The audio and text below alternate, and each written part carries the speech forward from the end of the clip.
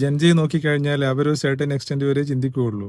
അതിനപ്പുറം അവർ ചിന്തിക്കില്ല. കാരണം അവർക്ക് അത് ചിന്തിക്കേണ്ട ആവശ്യമില്ല എന്നാണ് അവർ കരുതുന്നത്. അപ്പോൾ ഈ നമ്മുടെ ബുക്സ് നമ്മൾ വായിക്കുന്നതുകൊണ്ട് നമ്മുടെ ഇമാജിനേഷൻ പവർ കൂടുന്നുണ്ട്. ഒരു സർട്ടൻ എക്സ്റ്റെൻറ്റ് കഴിഞ്ഞ് വീണ്ടും നമ്മൾ ചിന്തിക്കാനുള്ള ഒരു കഴിവ് നമുക്കുണ്ടാവും സ്വാഭാവികമായിട്ട്. അവർ ബിൽഡിനായിട്ട് വരും.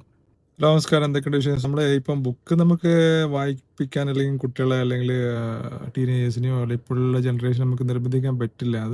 എന്നാലും അതുകൊണ്ടുള്ള ചില ഗുണങ്ങൾ പറഞ്ഞു തരാം. അപ്പം പാരൻസെല്ലാം മാക്സിമം അല്ലെങ്കിൽ കുട്ടികളോട് ബുക്സ് വായിക്കാൻ നിർബന്ധിക്കുക. അതിനുള്ള പ്രത്യേക കാരണമുണ്ട്. എന്താണെന്ന് വെച്ചാൽ നമ്മുടെ കോൺഷ്യസ്നെസ് എക്സ്പാൻഡ് ചെയ്യും ബുക്ക് വായിക്കുന്ന സമയത്ത്. നമ്മൾ വീഡിയോ കാണുന്ന സമയത്തും അല്ലെങ്കിൽ മറ്റുള്ള ഓഡിയോ കേൾക്കുന്ന സമയത്തും അതിനേക്കാളും കൂടുതൽ നമ്മൾ ബുക്ക് വായിക്കുന്ന സമയത്ത് നമ്മുടെ ഇമാജിനേഷൻ, നമ്മുടെ കോൺഷ്യസ്നെസ് പവർ എക്സ്പാൻഡ് ചെയ്യും ഒരുപാട്.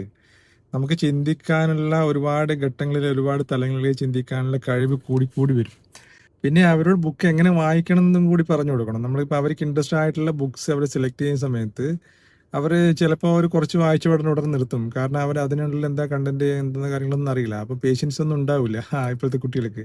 അപ്പം ബുക്ക് എങ്ങനെ വായിക്കണം എന്ന് പ്രത്യേകിച്ച് എന്തായാലും പറഞ്ഞു കൊടുക്കണം. അതൊരു ആർട്ടാണ് ബുക്ക് വായിക്കുന്നത്. പിന്നെ നമ്മൾ പ്രിഫേസ് വായിക്കുക ബുക്കിന്റെ. എന്താണ് പ്രിഫേസ്? അതാണ് ആമുഖം. അല്ല, എന്താണ് ഇതിന്റെ ഓഥർ ഈ ബുക്കിനെ പറ്റി നിർവചിക്കുന്നത്, അല്ലെ എന്താണ് ഈ ഓഥർ ഈ ഒരു കണ്ടന്റ് അല്ലെ ബുക്കിന്റെ കുറിച്ച് എന്താണ് ഉദ്ദേശിക്കുന്നത് എന്നുള്ളത് നമുക്ക് വായിച്ചു കഴിഞ്ഞാൽ നമുക്ക് ഇൻട്രസ്റ്റഡ് ആണെങ്കിൽ നമുക്ക് കുറച്ചും കൂടി ഉത്സാഹത്തോടുകൂടി ബുക്ക് വായിക്കാം. പിന്നെ അതിന്റെ കണ്ടന്റ് നമ്മൾ തേടുന്നത് എന്താണോ, നമ്മൾ അതിന്റെ കണ്ടന്റ് നമ്മൾ നോക്കിക്കഴിഞ്ഞാൽ നമ്മൾ തേടുന്നത് എന്താണ് ആ കണ്ടന്റ് നോക്കി നമുക്ക് വായിക്കാം. വേണമെങ്കിൽ ആ ഒരു കണ്ടന്റ്, അതായത് ഇന്ന പേജിൽ ഇന്നെങ്കിൽ നമുക്കൊരു ആവശ്യമുള്ള ഒരു 2 കണ്ടന്റിൽ 3 കണ്ടന്റ് മാത്രം വായിച്ചാൽ മതിയാവും. ബുക്ക് നമ്മൾ നിർബന്ധിച്ച് വായിക്കുന്ന സമയത്ത് A to Z നമ്മൾ ആദ്യം മുതലേ വായിച്ച് ചുമ്മാ ഒരു ഇതുപോലെ വായിച്ച് കഴിഞ്ഞാൽ ബോറടിക്കും. പെട്ടെന്ന് തന്നെ നമുക്ക് ഉറക്കം വരും, നമുക്ക് ഇൻട്രസ്റ്റഡ് ആവില്ല, നമ്മളത് വളക്കി വെക്കും. അപ്പോൾ ഇങ്ങനെയുള്ള കാര്യങ്ങൾ ശ്രദ്ധിച്ചു കഴിഞ്ഞാൽ നമുക്ക് ബുക്ക് വായിക്കാൻ വേണ്ടി കുറച്ചുകൂടി ഉത്സാഹം വരികയും ചെയ്യും. നമുക്ക് ആവശ്യമുള്ള കാര്യങ്ങൾ പെട്ടെന്ന് തന്നെ നമുക്ക് കിട്ടുകയും ചെയ്യും.